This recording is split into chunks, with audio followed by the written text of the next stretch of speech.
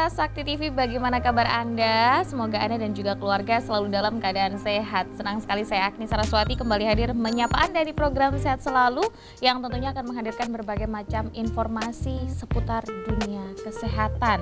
Kalau kali ini bicaranya bersama psikolog ya, masih dalam dunia kesehatan juga, dunia kesehatan mental. Nah, tema kali ini cukup menarik pemirsa, terutama untuk Anda ibu-ibu yang masih muda, mungkin masih punya balita ya, yaitu bye-bye tantrum, ajari anak kelola emosi. Bersama salah satu psikolog yang ada di Kota Madiun, Mbak Robik Anwardani, MPSI Psikolog. Pemirsa, pernahkah Anda melihat anak-anak melemparkan diri ke lantai, menangis sekencang-kencangnya atau bahkan memukul saat mereka tidak mendapatkan apa yang mereka inginkan? Nah, ternyata perilaku ini disebut tantrum. Perilaku tantrum akan lebih parah ketika anak sulit mendeskripsikan perasaan atau hal-hal yang mereka inginkan.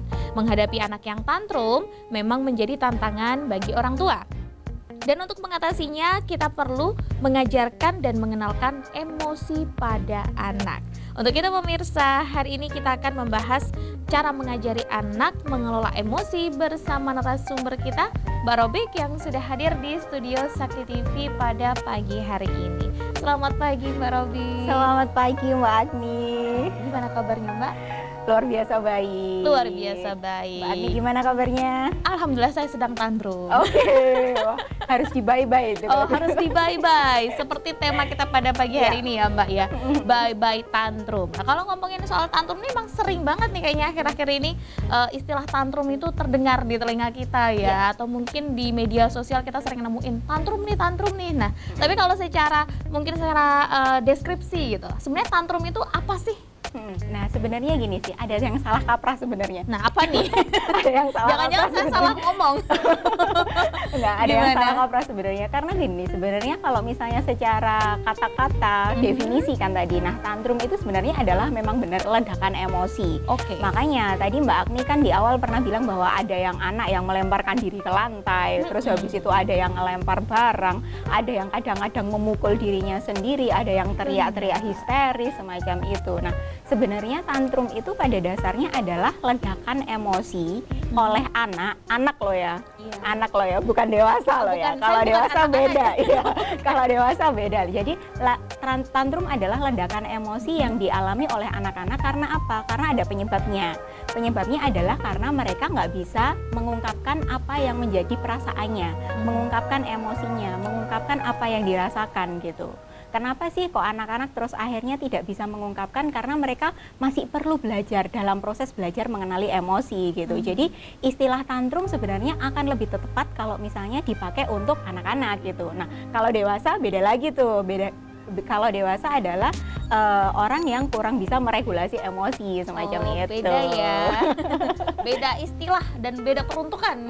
Beda peruntukan. Oke, kalau untuk anak-anak istilahnya memang tantrum. Kalau dari sudut pandang dunia kesehatan berarti ya? Dari sudut pandang dunia kesehatan dan psikologi perkembangan gitu. Oke, itu namanya tantrum adalah ledakan emosi pada anak ya, yang belum bisa mengelola emosinya. Berarti tantrum ini adalah hal yang normal dong ya? Memang normal. Jadi setiap anak pada masa tertentu, pada fase tertentu pasti mereka tantrum gitu.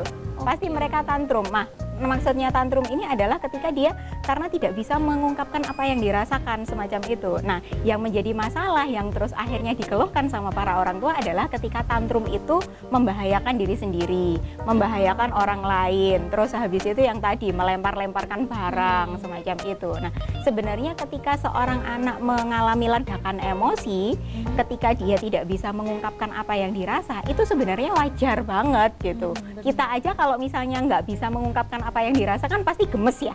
Iya bener. Gemes nggak sih gitu. Iya, kalau misalnya kita kepingin marah tapi kita nggak bisa marah kan kita gemes. Nah, apalagi anak-anak. Padahal kan kita sudah kenal tuh emosi, macam-macam emosi kita sudah kenal. Ada marah, ada bahagia, ada sedih, kita sudah tahu gitu. Nah, kita sudah tahu aja kita untuk meregulasi emosi aja kadang-kadang masih bingung gitu loh. Masih susah. Iya, gitu masih ya. susah kan. Nah, gimana kalau anak-anak gitu loh. Jadi kenapa sih kok tantrum itu sebenarnya adalah sebenarnya normal dialami oleh semua anak gitu. Semua anak pasti mengalami tantrum sih. Nah, cuma yang perlu kita garis bawahi adalah ketika tantrum itu sudah membahayakan diri mereka sendiri, Betul. membahayakan orang lain. Itu yang perlu kita awasi atau yang perlu kita kalau kita sebagai orang tua atau sebagai orang dewasa itu kita perlu aware sih, kita perlu menangani itu sih, semacam itu. Ya karena kalau udah membahayakan kan jelas kasihan anaknya, kasihan orang lain juga. Kita juga sebagai orang tua masa atau dibiarin gitu aja ya Mbak ya. Nah tapi kalau untuk usia anak-anak ini sendiri, anak-anak ini apa benar nggak sih seperti yang aku sebutin tadi di awal, batita, balita kayak gitu di usia-usia gitukah yang sering mengalami tantrum? Iya, atau benar sekali. usia berapa kira-kira? Benar sekali. Kalau berdasarkan salah satu jurnal yang sempat saya baca, usia rata-rata anak tantrum itu adalah 1 sampai 4 tahun. 1 sampai 4 tahun, ya 1 sampai 4 tahun, dan puncak-puncaknya anak-anak tantrum itu biasanya di 2 tahun. Umur 2 tahun? Iya, usia 2 tahun itu puncaknya mereka secara durasi, secara frekuensi itu lebih sering tantrum dibandingkan dengan usia-usia yang lain gitu. Kenapa kira-kira? Nah, kenapa kira-kira?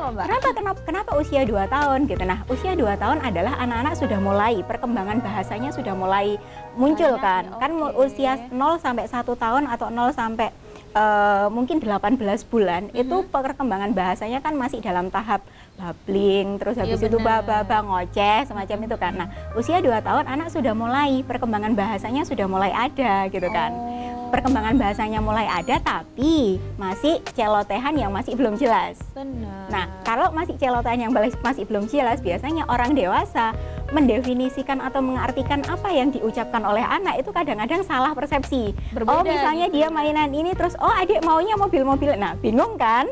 Maksudnya aku tuh maunya ini, tapi orang dewasa kok mendefinisikannya kan berbeda. Nah, semacam itu. Kenapa kok terus akhirnya usia 2 tahun menjadi puncak kasus tertinggi anak-anak yang sering tantrum itu karena itu gitu. Karena perkembangan bahasanya memang dalam tahap menanjak, tetapi mereka juga masih proses belajar juga, semacam itu. Kita sebagai orang tua ya harus mengerti. Kadang-kadang bahasa bayi itu kan kadang-kadang yang mengerti kan hanya orang-orang tertentu ya. Benar, kadang cuma orang tuanya aja Mbak. Iya. Orang lain tuh kadang kagak ngerti gitu. Betul. Mbak di toko juga belum tentu ngerti gitu Iya, kan. bener. Makanya jadi ya sebagai orang dewasa alangkah lebih baiknya mungkin melapangkan dada untuk mengerti anak-anak usia ini itu tantrum itu adalah hal yang normal. Hal yang normal, tapi menjadi tidak normal semacam itu tadi. Betul. Kalau membahayakan itu tadi. Kalau sampai membahayakan. Nah, ini jadi catatan yang paling penting di segmen pertama ya pemirsa, bahwa tantrum yang membahayakan itu sangat tidak dianjurkan untuk berlangsung terlalu lama ya. Jadi harus segera dihentikan atau diatasi. Seperti apa cara mengatasinya nanti akan kita bahas di segmen berikutnya. Jadi untuk pemirsa yang di rumah, jangan kemana-mana, tetaplah bersama kami di Sehat Selalu.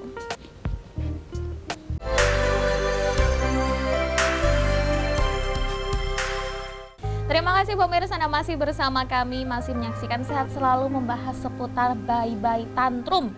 Ajari anak kelola emosi. Bersama psikolog kita ya dari Kota Madiun ada Mbak Robik. Seperti apa ya cara mengatasi anak tantrum, nanti akan kita bahas lengkap di sesi Sehat Selalu kali ini. Di episode kali ini maksud saya. Nah, kalau tadi itu kan udah disebutkan, dijelaskan seputar usia anak-anak nih yang paling sering tantrum, ternyata usia 2 tahun. Bapak Ibu yang ada di rumah yang punya anak usia 2 tahun ini mungkin perlu waspada ya. Mungkin perlu belajar lebih jauh bersama Mbak Robik terkait mengelola emosi pada anak yang tantrum ini seperti apa. Nah, ini pertanyaan yang paling dasar sih benernya Mbak ya. Pasti juga ditanyain sama orang tua, mungkin calon orang tua juga gitu ya. Sebenarnya yang paling sering menjadi penyebab anak itu tantrum itu apa aja sih? Sebenarnya macam-macam sih yang menjadi penyebab anak. Kalau misalnya kok terus anaknya tantrum, nggak bisa mengungkapkan emosinya, terus akhirnya emosinya meledak, tapi terus akhirnya diungkapkan dengan cara yang maladaptif kan, semacam itu gitu kan. Nah, yang menjadi penyebab adalah penyebab pertama yang sering kali terjadi adalah ketika mereka merasa kekurangan atau unstable secara fisik. Misalnya anak ngerasa lapar, 1 sampai 4 tahun anak ngerasa lapar, terus habis itu anak merasa lelah, semacam itu. Misalnya gini nih, waktu Idul Fitri kemarin nih, biasanya Idul Fitri kan, Idul Fitri papa mamanya semangat sekali mencari fitrah untuk anaknya, biasanya kan ya, Gitu biasanya kan ya, mencari angpau. mencari fitrah untuk anaknya semacam itu. Nah, papa mamanya semangat sekali, tapi kan kita tidak mungkin ya, ada beberapa orang tua yang kurang memperhatikan kondisinya anak, terus akhirnya dipakai baju yang bagus. Oh ya benar. Terus habis itu kan mereka kan pasti kalau istilah Jawanya sumuk, keringetan, Gerah semacam gitu itu ya. gerah. Nah, terus akhirnya mereka bisa jadi karena terus akhirnya semacam itu, terus bisa jadi ke semacam itu tantrum, semacam itu Oh, gitu. iya Jadi sih. ketika merasa lapar, ngerasa lelah, semacam itu. Jadi penyebab dasar anak-anak tantrum itu biasanya itu lapar, lelah gitu. Kemudian yang kedua adalah anak nggak bisa mengungkapkan apa yang dirasakan. Gitu, anak nggak bisa mengungkapkan apa yang dirasakan atau orang dewasa yang kurang paham apa yang dibicarakan anak. Oke. Kok papa mama nggak tahu sih, semacam itu, miskomunikasi. Hubungan antara anak dan orang tua ya. Betul, orang dewasa aja kalau miskomunikasi juga renggang kan, betul, ya. tantrum kan. Tidak bisa meregulasi emosi jadinya kan. Tantrum Oke. kan. Nah, anak-anak juga demikian gitu. Terus penyebab yang ketiga yang paling sering terjadi dan biasanya sering terjadi di anak 2 sampai 4 tahun adalah ketika mereka memiliki keinginan tapi nggak dikabulkan atau didelay. Misalnya dijanji-janji nih, dijanji-janjiin semacam itu. Aku mau misalnya es krim gitu, tapi nggak usah semacam itu. Oke. Nah, terus dan itu yang sering terjadi kalau misalnya ngajak anak-anak ke mall, ngajak anak-anak kemana, semacam itu kan. Mereka punya keinginan, tapi keinginannya itu nggak dikabulkan gitu. Jadi Benar. keinginannya tidak dikabulkan oleh orang tuanya, ya sudah tantrum aja semacam itu. Karena kalau nggak dikabulkan pun kan juga karena beberapa faktor ya. Mungkin kalau misalnya betul. beli es krim takut si anak batuk karena kondisi cuaca dan lain sebagainya. Betul, Kan bisa jadi betul. tuh. Atau mungkin lagi malam nggak boleh minum es krim, makan es krim atau Iya. yang dingin-dingin itu nggak boleh, nggak mau pakai jaket lah apa. Aduh, Iya. anak-anak. Iya, biasanya drama-drama itu sering terjadi tuh. Nah ini sebenarnya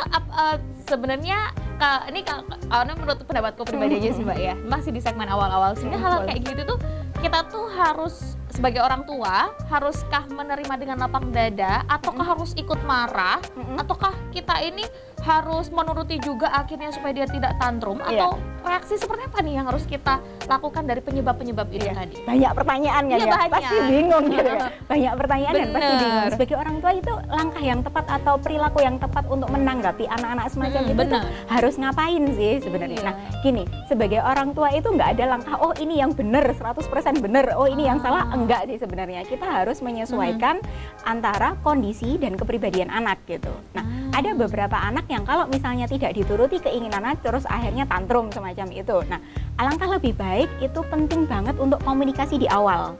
Jadi bikin kesepakatan di awal, misalnya mau hangout pergi kemana gitu ya. Nanti kalau misalnya di luar kita akan ketemu biasanya sih mainan sih yang sering jadi drama kan. Iya. Yang sering jadi drama terus akhirnya tantrum itu mainan sih. Kalau nggak mainan ya jajan kayak gitu kan. Nah, jadi di awal sebelum mereka pergi ya ada kesepakatan dulu. Makanya pentingnya komunikasi karena gini, anak itu kalau misalnya diajak ngomong, mereka diajak ngomong dengan bahasa yang sederhana, bahasa yang jelas, mereka pasti paham kok gitu loh.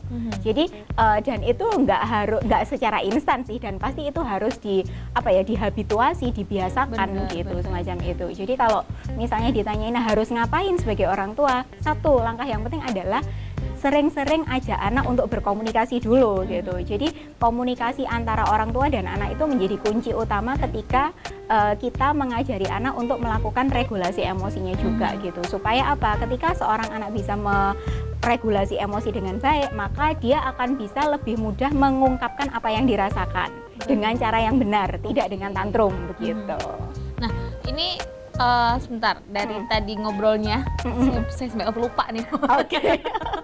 Nah, dari kondisi itu nih Mbak ya, artinya kan ada kebiasaan yang harus dibangun dulu nih di awal gitu kan ya. Tapi kan kalau mungkin sekarang orang tua baru tahu nih masalah tantrum ini, cara mengatasinya seperti apa, cara mengantisipasinya seperti apa, mungkin ada informasi lebih jauh terkait dengan mengatasi anak tantrum. Cuman kalau yang sering saya lihat nih Mbak, mungkin kalau lihat di video-video gitu ya, katanya kalau anak tantrum tuh dibiarin aja gitu. Nanti baru diatasin, dideketin, nanti lah diem sendiri. Katanya gitu, terus jangan diliatin kalau di tempat umum, katanya kayak gitu. Itu terus emang gitu nggak sih Mbak atau gimana? Terus ada yang bilang lagi, iya kalau misalnya ada anak tantrum itu terus dialihkan aja ke mainan yang lain atau ke aktivitas yang lain, semacam itu kan ya. Apakah ini mitos atau fakta? Apakah benar seperti itu? Cocok logi dari netizen ini atau bagaimana? Oke, sebenarnya itu adalah opsi-opsi sih. Kalau misalnya saya melihatnya sebagai seorang psikolog ya, itu adalah opsi yang bisa dilakukan oleh orang tua. Nggak 100% opsi membiarkan anak ketika mereka tantrum itu adalah benar, itu nggak 100%. Kenapa nggak 100%?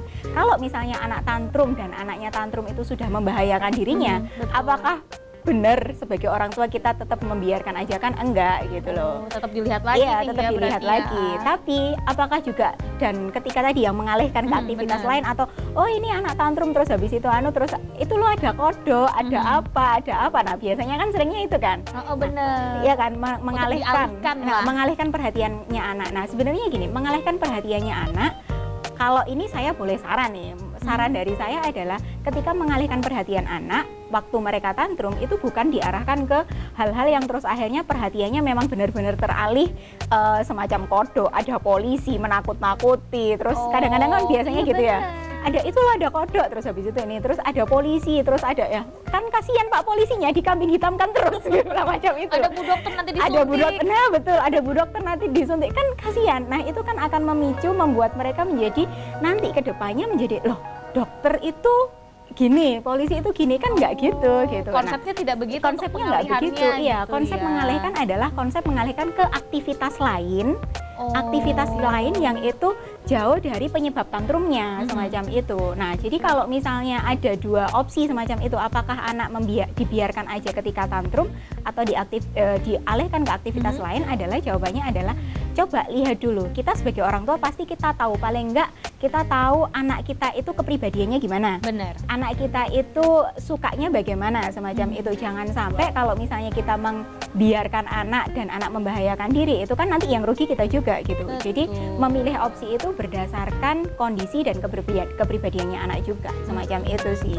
Jadi akhirnya kayak kembali lagi ke yang disampaikan Mbak Robik tadi ya, bahwa opsi ini tuh tidak 100% bisa diterapkan kepada anak ketika mereka tantrum ya, karena penerapannya dan juga kita mesti observasi dulu nih, kalau misalnya begini nanti dia bakalan berhenti nggak ya tantrumnya atau gimana, itu tadi nggak 100% bisa diterapkan. Satu opsi yang paling bisa, yang harus dilakukan adalah tetap tenang, nggak ikut tantrum. Orang tua begitu. Itu satu opsi yang harusnya dilakukan tuh. Tetap tenang dan nggak boleh tantrum, nggak boleh ikut tantrum juga gitu. Beban nih. Tetap tenang dan tidak boleh ikut tantrum. Ya diusahakan ya Bunda ya. Ya Ayah ya. Ya Uti, Kakung ya, semuanya semangat diusahakan. Oke, nanti akan kita bahas lagi seputar bye-bye tantrum ini dan juga cara mengelola emosi anak seperti apa bersama Mbak Robik ya. Jadi untuk pemirsa di rumah jangan kemana-mana, tetaplah bersama kami di Sehat Selalu.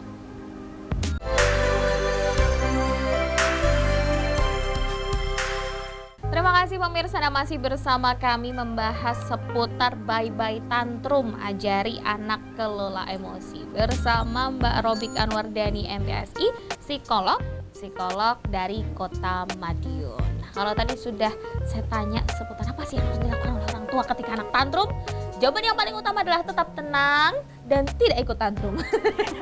Itu di bold ya pemirsa ya, di garis merah, di warna merah cerah gitu ya, supaya diingat-ingat dengan baik oleh pemirsa yang ada di rumah. Nah, tapi ini kalau misalkan saya juga baru dengar nih Mbak, ada tuh istilah namanya meltdown gitu ya, di mana anak itu ternyata terlalu banyak menerima rangsangan sensorik. Betul. Apakah hal ini juga bisa jadi salah satu penyebab anak tantrum? Betul sekali. Jadi meltdown itu adalah anak yang kebanyakan rangsangan sensorik, terus akhirnya menunjukkan perilaku-perilaku yang mirip tantrum gitu. Tapi sebenarnya meltdown dan tantrum itu berbeda gitu.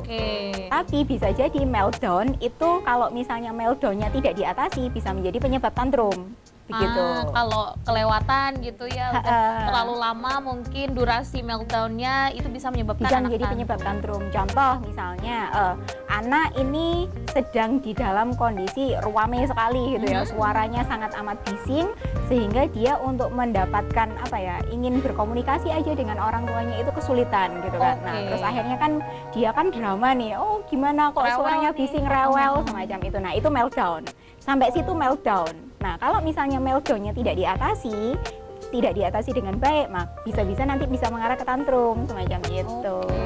Ya misalkan Bapak Ibu, Ayah Bunda ya bawa anak ke kondangan nih misalnya gitu kan, rame tuh ya, suara musik, orang makan dan lain sebagainya, itu mungkin anak pengen apa lagi gerah atau gimana gitu ya, pengen mengeluh tapi orang tua tidak mendengar, itu rewel. Nah, itu dikatakan meltdown gitu ya. Kalau makin jauh nanti ya dikatakan sebagai tantrum. Karena kenapa kok terus akhirnya menjadi tantrum? Karena apa yang diinginkan atau apa yang menjadi kebutuhan anak, bahwa aku tuh loh sebenarnya merasa kayak gini itu nggak tersalurkan gitu loh. Jadinya terus akhirnya mengarah ke sana. Mengarah ke gitu. tantrum ya. Iya. Berarti ini adalah meltdown adalah satu step di bawah tantrum. Iya, betul, satu step. Satu step di bawah tantrum. Tapi bukan berarti harus dibiarkan gitu aja. Alangkah lebih baiknya kalau orang tua lebih paham juga tuh bagaimana caranya mengatasi anak. Nah, ini cara mengatasinya kalau gitu, Mbak. Mengatasi anak meltdown dan tantrum itu apakah sama cara mengatasinya atau bagaimana kira-kira? Sebenarnya kalau dari ini ya, kalau dari apa namanya wujud perilakunya kan sebenarnya sama. Mereka teriak-teriak, nangis-nangis histeris semacam itu kan sebenarnya sama. Cuma kan penyebabnya kan beda. Benar. Nah, ketika suatu penyebab itu beda, berarti kan cara mengatasinya sebenarnya ada perbedaan sedikit sih gitu. Ada perbedaan sedikit. Perbedaannya adalah gini. Ketika anak meltdown itu kan yang kita lakukan adalah yang kita lakukan adalah menghindari atau menjauhkan anak dari sensori itu gitu, dari stimulus sensori yang membuat mereka menjadi tidak nyaman itu gitu loh. Jadi misalnya yang tadi contohnya misalnya di ruangan yang ruame, terus habis itu anaknya menjadi cranky, kondangan terus menjadi cranky, ngerewel, nangis semacam itu. Nah, berarti kalau misalnya hal tersebut itu kan meltdown. Nah, cara mengatasinya adalah ya jauhkan anak dari stimulasi sensorik itu gitu loh. Keluar. Iya, bawa keluar ke tempat yang tenang, baru kita coba tenangkan anak, baru kita coba latih anak untuk coba nafas, terus habis itu coba ungkapkan perasaannya. Nah, sampai di sini stop dan anak bisa stop. Nah, tantrum tidak akan terjadi gitu kan.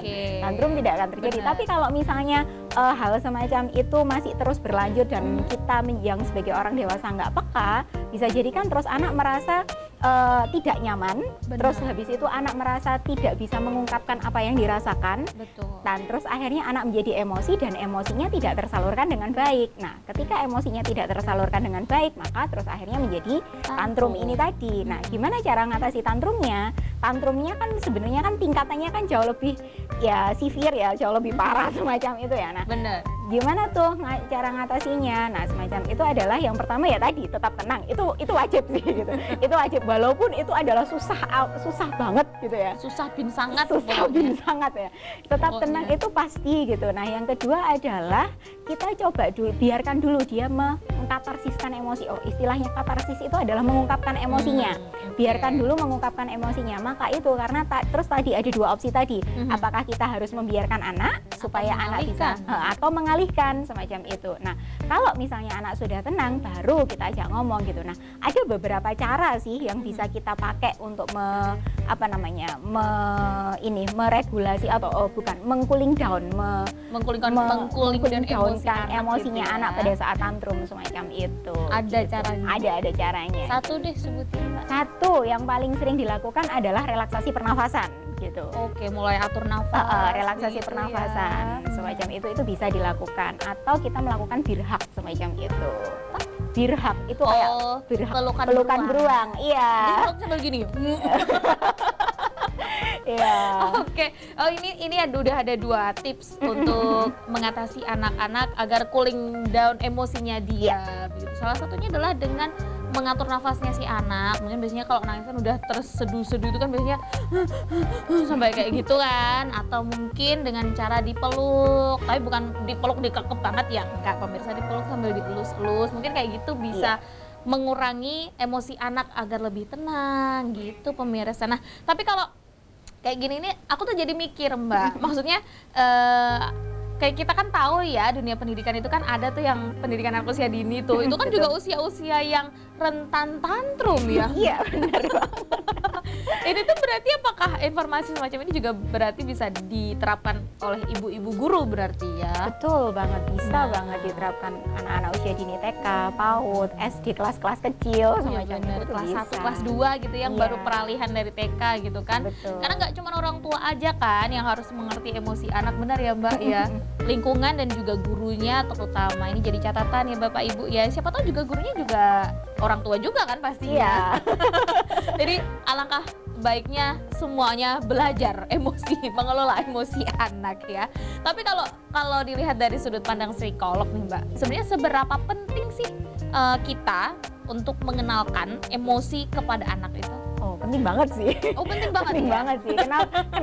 Kenapa kok menjadi jawabannya adalah penting banget? Karena ketika kita sebagai orang tua terus akhirnya mengajarkan emosi ke anak, itu paling tidak kita itu ngasih bekal ke mereka, bekal supaya mereka itu bisa menjalin hubungan yang bagus dan sehat juga di kedepannya, semacam itu gitu Iya sih. sih, nggak cuma sama kita juga kan, tapi betul. juga sama orang lain. Betul ya. gitu.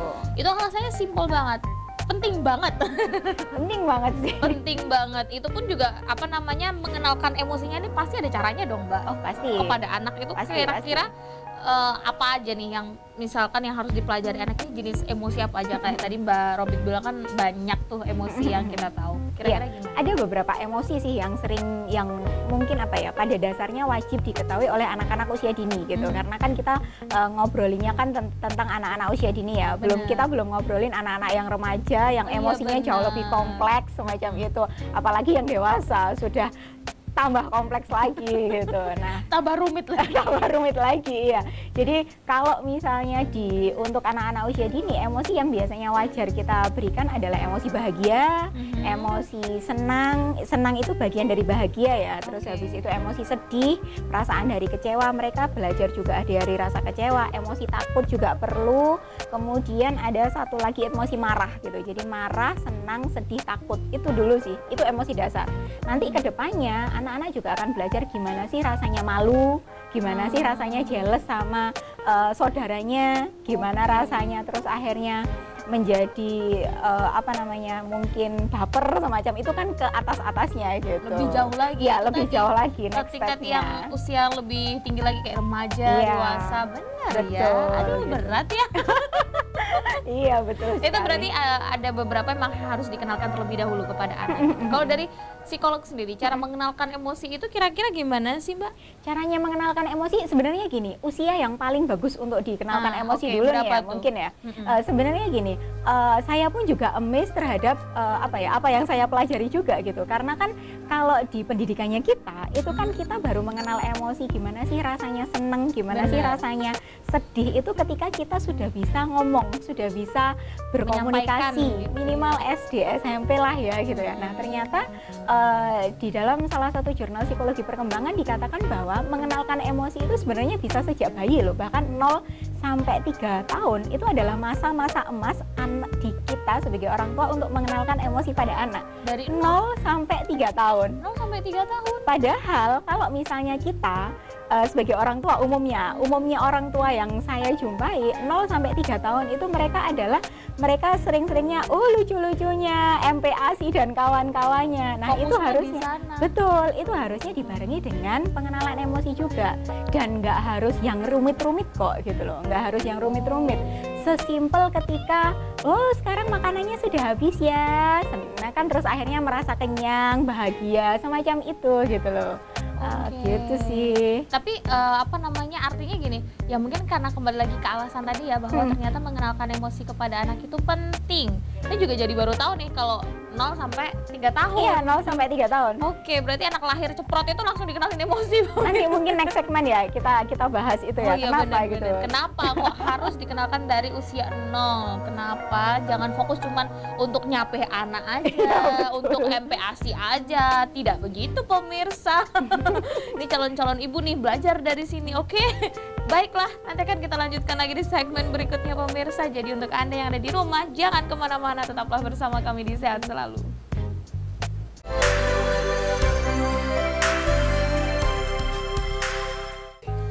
Baik pemirsa, terima kasih Anda masih bersama kami di Sehat Selalu membahas seputar bye-bye tantrum, ajari anak kelola emosi. Kalau tadi kan udah dibahas apa aja sih emosi yang harus dikenalkan kepada anak gitu ya. Tapi ternyata ada loh usia baiknya kita mengajarkan emosi kepada anak itu mulai dari 0 sampai 3 tahun. Betul begitu Mbak Ya, Robi? betul sekali. Kenapa kira-kira? Kira-kira. Kenapa itu Mbak? Kalau dari sudut pandang psikolog perkembangan Ya, ya? psikologi perkembangan, Psikologi betul. perkembangan. Ya. Itu kenapa sih Mbak? Ya. Kok mulai dari 0? Kenapa sih? Saya pun juga amazed gitu loh. Yakin ini 0 sampai 3 tahun kita harus ngenalin emosi ke anak? Apa kita kita nggak harus memfokuskan pada pemenuhan gizi dan perkembangan fisik motoriknya. Pasti banyak itu yang kan berpikir seperti itu iya, kan, betul. Kebanyakan orang pasti akan berpikir semacam itu. Tapi ternyata kenapa sih kok kita perlu mengenalkan emosi pada anak itu pada usia bahkan 0 sampai 3 tahun? Karena karena ketika mereka itu belajar, jadi di dalam salah satu tokoh namanya itu PAC mengatakan bahwa ketika anak pada usia tersebut itu adalah masa-masanya dia itu melakukan asosiasi dan akomodasi. Jadi bagaimana dia menerima rangsangan sensorik dari luar, kemudian dia mencoba memahaminya, terus memahaminya dan menginternalisasinya kan ke dalam semacam itu.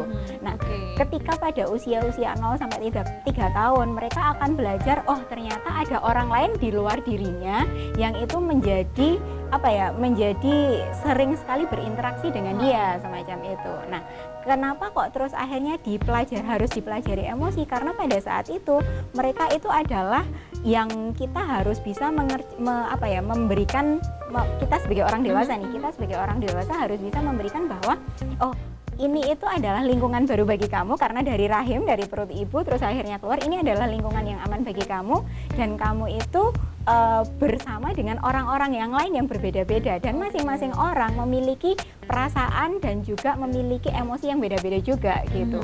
Tapi gini loh, mengenalkan emosi itu nggak terus akhirnya kita dikenalkan lahir terus habis itu dikenalkan oh kamu ya merasa kecewa ya, nah kamu merasa ini enggak, tapi harus tahapannya itu tadi. Pertama bahagia dulu, nggak mungkin kan bayi nggak bahagia gitu kan ya. Pertama bahagia dulu, jadi kita harus mengenalkan emosi itu emosi bahagia dulu gitu kan. Emosi bahagia bisa diajarkan sesimpel dari merasa senang dan bahagia ketika dia mendapatkan diasi dengan baik gitu, sudah mendapatkan air susu ibu dengan baik, itu merasa sudah tummy time semacam itu, bisa tidur dengan baik. Nah itu merasa senang, merasa bahagia, karena kan senang bahagia itu adalah ketika kita memiliki ketika kita mendapatkan apa yang kita inginkan kan. Perasaan senang, bahagia. Nah, yang dibutuhkan anak seusia itu kan ya paling susu, diganti popoknya, semacam itu kan. Nah, itu dikenalkan. Nah, kemudian kita bisa mengenalkan rasa sedih. Rasa sedih adalah ketika dia tidak mendapatkan sesuatu yang diinginkan. Ketika anak mulai lapar, ketika anak mulai cranky, oh kenapa sayang? Nah, semacam itu. Kenapa? Kan biasanya kan yang bisa dilakukan hanya nangis kan, gitu kan. Iya, kan baru 0 tahun. Iya, 0 bulan gitu kan. Nah, kan bisanya cuma nangis. Nah, kita bisa sebagai ya harus cerewet sih, nggak mungkin nggak cerewet sebagai ibu gitu ya. Harus cerewet sih. Cerewetnya adalah oh ini ya lapar ya, terus habis sedih ya. Nah, semacam itu. Jadi kata-kata semacam itu sesimpel itu aja sih gitu. Oke, gitu. Berarti untuk mungkin karena anak-anak juga belum mengerti belum bisa mengucapkan apa yang dia rasakan juga ya Mbak di usia-usia 0 itu tadi ya, 0 sampai 1 lah paling enggak ya. Itu paling enggak kita mengenalkan dengan menggunakan kata-kata gitu ya Mbak ya. Kemudian di usia 3 tahun, itu anak-anak sudah mulai belajar toilet training. Ya, kalau misalnya idealnya kan kita sebagai orang tua pasti di usia 3 tahun itu kita sudah ngajari anak untuk toilet training. Nah, kenapa kok relate banget sama mengajarkan kontrol emosi juga? Karena kalau tadi di usia 0 sampai 2 tahun kan kita mengenalkan nih, kenalin emosi manusia yang dirasakan itu apa aja sih gitu kan. Nah, mulai 3 tahun itu next step. Jadi sudah tingkatannya agak naik lagi. Naiknya adalah mulai kontrol. How to control your emotion semacam itu. Nah, how to controlnya kenapa kok relate banget sama toilet training gitu. Nah, ketika kita mengajari anak toilet training itu pada dasarnya adalah gimana caranya dia mengetahui aku merasakan apa sih, aku kepingin pup kah, aku kepingin pipis kah, itu kan belajar aware apa dengan apa yang dia rasakan dalam tubuh ya. Oh benar-benar. Iya kan? Oh iya paham akhirnya dari sini. Iya kan? Nah, baru kan? Nah, terus dia belajar mengontrol itu gitu. Nah, ketika dia belum mengontrol, memahami. Aku kok rasanya mau pup, aku mau pipis. Nah, ketika dia belajar toilet training, dia akan belajar harusnya pup dan pipis ini harusnya kemana. Ini kan dia belajar mengontrol kan. Maka itu kita pada usia 3 tahun adalah masa emas kita mengajarkan kontrol emosi, regulasi emosi ke anak itu, karena pas selain dia secara fisik mengontrol apa yang dia inginkan secara fisikly, mentalnya juga gitu. Jadi jalan bareng gitu. Nggak tumpang tindih. Iya, gitu, tapi kebanyakan orang malah ngajari anak untuk calistung, untuk bisa ngomong bahasa Inggris 1 to 10 Bener. semacam itu. Betul sekali. Ya mungkin memang sebagian besar dari apa yang dilihat itu pasti yang dipelajari itu dulu gitu, bukan soal toilet training. Karena ini mungkin boleh cerita sedikit soal pengalaman saya Mbak ya. Dulu kan saya pernah ngajar PAUD nih ya. Jadi usia anak 3 tahun itu kan masuknya di pendidikan anak usia dini itu kan. Betul. Mereka itu di luar dari cara mendidik orang tua di rumah ya, atau mungkin mengajari toilet training dan lain sebagainya ya, ada anak-anak yang terpaksa ngompol di kelas karena memang dia tidak bisa menyampaikan aku tuh pengen pipis gitu. Emang akhirnya nyambung kan dengan meskipun dia mungkin pinter menulis, pinter apa gitu, tapi dari cara mengelola emosi dan menyampaikan apa yang dirasakan itu masih belum bisa gitu. Mungkin ini salah satu contoh dari ketidakimbangan ya Mbak, nggak sinkron gitu.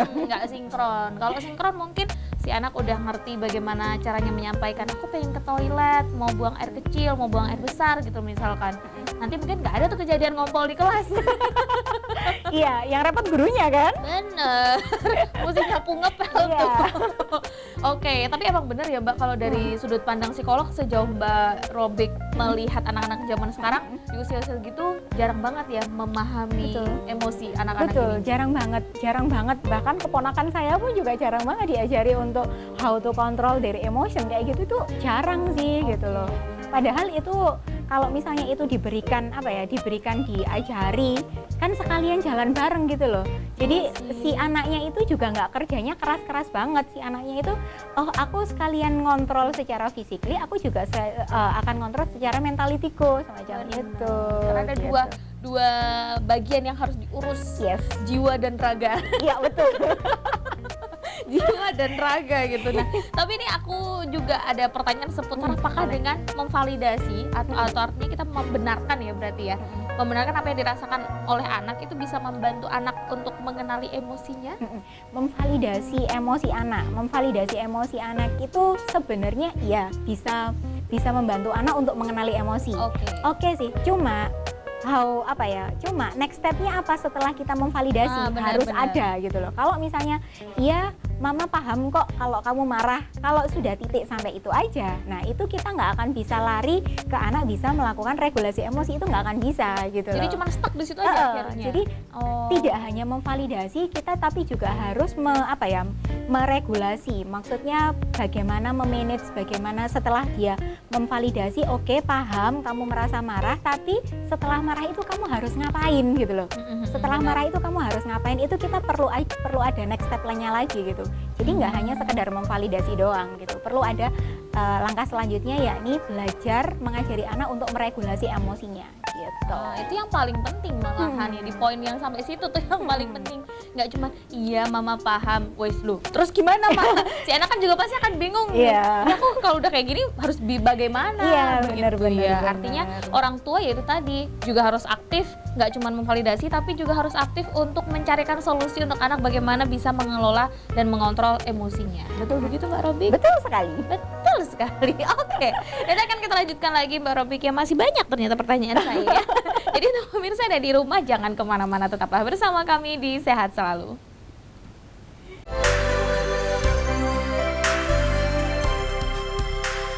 Terima kasih pemirsa, masih bersama kami, masih di Sehat Selalu bersama Mbak Robik Anwardani, MPSI Psikolog, selaku psikolog dari Kota Madiun ya, dimana kita masih membahas seputar bye-bye tantrum, ajari anak kelola emosi. Nah, ternyata dari segmen 1 sampai 4 tadi tuh padat banget ya Mbak informasi yang diberikan kepada pemirsa ya. Nah, tapi juga nggak kalah penting nih pemirsa, pertanyaan saya ini seputar bagaimana cara meregulasi emosi kepada anak. Kalau tadi kan kita juga ulang-ulangannya kan juga di situ tuh. Nah, tapi gimana sih caranya meregulasi emosi? Benar, gimana? Itu mungkin bisa diterapkan buat diri kita sendiri juga kali ya gitu. Di diri kita sendiri dulu kali ya. Di diri kita sendiri juga kali ya, apalagi untuk para mungkin orang tua atau guru yang menghadapi anak-anak yang spesial, yang luar biasa semacam itu gitu. Nah, gimana sih caranya kita untuk bisa meregulasi emosi, baik itu untuk anak-anak maupun untuk diri kita sendiri gitu. Nah, yang sebenarnya biasanya kita lakukan adalah ketika kita emosi itu apa sih secara fisik yang paling sering muncul? nafasnya nggak beraturan, terus detak jantungnya pasti jauh lebih upbeat kayak gitu kan, jauh lebih meningkat semacam itu. Nah sebenarnya gini, ketika kita emosi, karena mau nggak mau seperti tadi Mbak Agni bilang bahwa kita itu selalu connected ya, jiwa dan raga gitu kan. Kita selalu connected ya. Nah ketika raga kita itu merasa nggak sehat, merasa nggak stabil, merasa emosi, pasti jiwa ketika jiwa merasa begitu, pasti raga kita itu juga akan menunjukkan perilaku, menunjukkan indikasinya, indikasi emosi gitu. Nah, paling gampang untuk meregulasi emosi itu adalah yang pertama, ketika kita emosi, itu kita turunkan dulu kadar emosinya gitu. Turunkan kadar emosinya adalah dengan biasanya gini sih, kalau saya yang sering saya lakukan kalau misalnya ada anak emosi atau mungkin saya sendiri emosi gitu kali ya, itu yang sering saya lakukan adalah relaksasi nafas, tapi relaksasi nafasnya ada aturannya, ada segitiga sama sisi gitu. Segitiga sama sisi. Apa nih? Ya, segitiga sama sisi. Gitu ya. Segitiga sama sisi adalah ketika kita 3 detik tarik nafas, kemudian 3 detik tahan nafas, dan 3 detik dihembuskan nafasnya pelan-pelan semacam itu. Berarti kita tarik nafas dulu 3 detik, ditahan dulu, baru dikeluarkan. 3 detik juga. Nah, untuk melakukan segitiga apa tadi Mbak? Relaksasi pernafasan. Relaksasi pernafasan dengan metode itu mesti berapa kali nih? Apa sampai kita tenang atau bagaimana? Idealnya sampai kita tenang, tapi sebenarnya dengan kita melakukan itu 7 kali aja kita sudah bisa lebih terkontrol kok gitu. Udah mulai cooling down ya. 7 kali semacam itu kita sudah bisa mulai cooling down semacam itu. Oke. Jadi itu mungkin bisa diterapkan juga untuk anak-anak gitu ya. Oke, tarik nafas ya sayang ya, ditahan dulu gitu. Betul, dan itu bisa diterapkan sambil birhak tadi gitu loh. Sambil dipeluk tadi. Iya, sambil birhak tadi kita bisa menerapkannya. Nah gini, sebenarnya kalau misalnya ngomong-ngomong masalah regulasi emosi, apalagi ketika anak-anak tantrum, anak-anak emosi semacam itu ya. Nah, birhak itu sangat amat membantu sih menurut aku gitu. Menurut saya sangat amat membantu. Dan ketika kita birhak itu kan kita supaya lebih cepat adalah kita menyamakan, kita mengelit. Jadi kita memimpin anak untuk menyamakan nafasnya kita dengan anak gitu.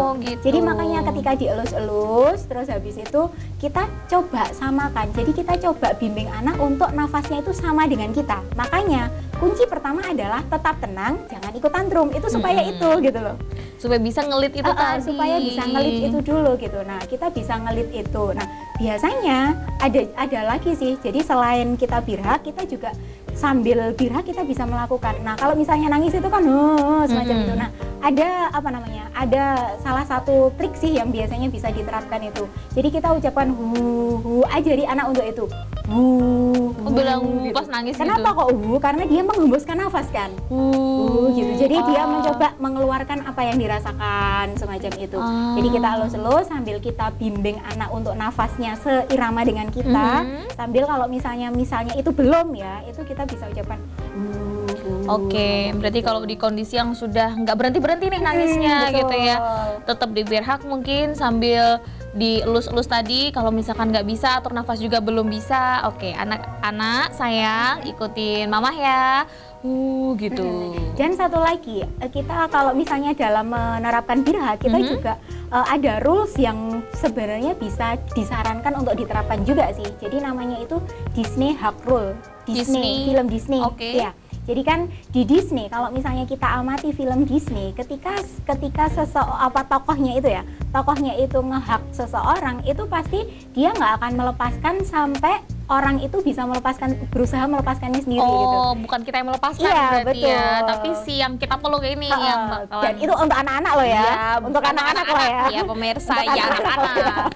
Jadi itu Disney Hug Rule itu bisa diterapkan. Jadi karena kita itu kan nggak tahu ya seberapa lama anak itu membutuhkan pelukan, itu kan kita nggak tahu ya. Jadi kapan dia tenangnya? Iya, kapan dia tenang semacam itu kan kita nggak tahu. Maka kita bisa menerapkan Disney Hug Rule itu juga. Gitu. Ini termasuk tips-tips yang saya rasa akan sangat bermanfaat nih. Nggak cuman untuk orang tua aja, tapi juga pastinya keluarga di sekitar yang mungkin punya balita ya di usia-usia yang rentan itu tadi, dan juga guru-guru anak usia dini ya. Oke pemirsa. Nah ini karena sudah di segmen terakhir Mbak ya. Ini mungkin boleh satu aja pertanyaan, tapi jawabnya juga singkat aja gitu. Yang paling penting. Ini kalau misalkan nih setiap anak itu kan tantrumnya pasti ada prosesnya berbeda-beda tuh. Kalau misalkan ada anak yang tantrum yang sampai kayak tadi tuh membahayakan orang lain, membahayakan diri sendiri, itu kira-kira gimana cara ngatasinnya? Satu aja mungkin tipsnya. Sebenarnya satu aja tipsnya adalah selain tetap tenang tadi ya, kalau itu kan udah. Jadi satu tipsnya adalah coba ini ditaruh di lingkungan yang jauh lebih aman gitu. Jadi satu tipsnya itu dan lakukan birhak gitu sih. Sentuhan fisik aja, ya. sudah Sentuhan fisik itu akan membuat anak jauh lebih calm down semacam itu gitu sih. Oke, sebenarnya tipsnya itu sama, cuman bagaimana kita bisa melakukan itu ke anak-anak, karena itu tadi kuncinya adalah tetap tenang dan tidak ikut tantrum pemirsa. Ya Mbak ya. Betul. Oke. Oh ini kan udah di segmen terakhir, mungkin ada yang disampaikan lagi terakhir? Mungkin satu aja sih kali. Tantrum itu sebenarnya hal normal yang dialami oleh anak. Jadi setiap anak pasti mengalami fase tantrum walaupun perilakunya beda-beda gitu. Betul. Nah, jadi bijaknya kita sebagai orang tua untuk memvalidasi emosi anak, tapi nggak cuma sampai mentok divalidasi aja, tetapi kita juga harus mengajari anak untuk melakukan regulasi emosinya, semacam itu aja sih. Oke, luar biasa Mbak Robik ya. Nih kalau mungkin saya ambil kesimpulan ya dari ngobrol-ngobrol kita sepanjang 5 segmen ini tadi adalah yang paling penting adalah sebagai orang tua terutama mempersiapkan diri, tips-tips apa yang kira-kira yang pas untuk diterapkan kepada anak untuk mengatasi tantrum kayak apa kayak semuanya harus dipersiapkan sebelum kalian memiliki momongan mungkin. Betul. Ya Mbak, itu yang paling penting. Karena mungkin dari situ akhirnya bisa ngeflow aja jadinya gitu kan, cara mengelola emosi anak bagaimana, mengatasi anak tantrum bagaimana. Betul begitu Mbak Robik? Betul sekali. Betul sekali. Oke, terima kasih sekali lagi buat Mbak Robik sudah hadir di sini, sudah berbagi untuk informasi yang sangat luar biasa pokoknya. Ini pokoknya harus dicatat sama pemirsa di rumah. Kalau nggak dicatat, di pos-pos aja didengerin terus tiap hari ya. Dan juga saya dan juga bersama Mbak Robik pamit undur diri. Terima kasih atas kebersamaan pemirsa selama 1 jam ya, kita membahas seputar bye-bye tantrum ini tadi. Semoga informasinya bermanfaat dan bisa diterapkan di rumah. Saya Agni Saraswati bersama seluruh kru yang bertugas pamit undur diri. Selamat pagi, selamat beraktivitas dan sampai jumpa.